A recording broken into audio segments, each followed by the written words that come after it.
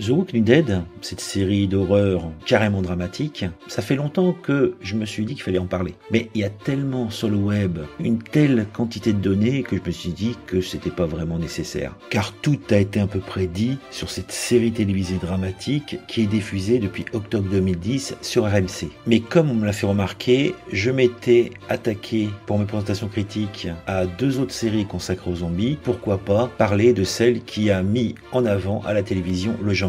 Et puis foncièrement, vu que la 7e saison a commencé il y a quelques jours et qu'on a déjà signé pour une 8e saison, ça ne sera pas du temps perdu. L'autre raison pour laquelle j'en ai pas parlé, c'est tout simplement que cette série me laisse foncièrement indifférent. J'ai regardé les 2 premières saisons, mais j'ai pas trouvé ça particulièrement intéressant et je suis passé à autre chose. Il y a tellement de séries qui me plaisent beaucoup plus. Mais il est indéniable que c'est bien foutu et quand on aime le genre, on est ravi. Donc pour ceux qui auraient passé quelques années sur une île déserte sans aucun moyen de regarder la télévision, je vais vous conter l'histoire de Rick Grimm qui se réveille d'un coma de plusieurs semaines pour découvrir, mon Dieu, c'est horrible, que la population a été ravagée par une épidémie inconnue qui transforme les êtres humains, vous ne me croirez pas, en morts vivants. Ai-je oublié de vous préciser que Rick Grimm était un agent de la force publique, une sorte de shérif, un assistant shérif ou le shérif, je me souviens plus très bien. En tout cas, le gars, il sait s'organiser, il sait utiliser un flingue, pour tout dire, c'est un danger sur pattes. Donc il se réveille dans un hôpital complètement ravagé,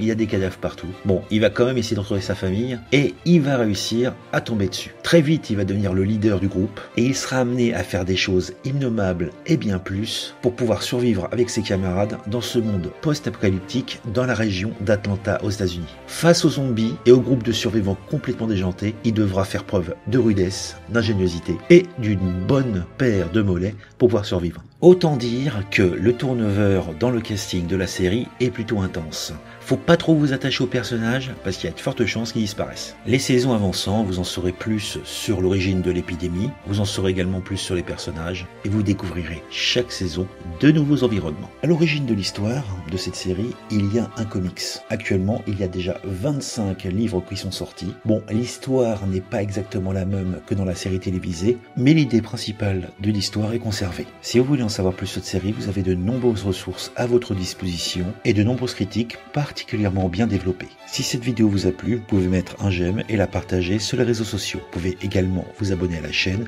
et me suivre sur Twitter et Facebook. Je vous dis à bientôt pour une nouvelle présentation critique d'Iserivore.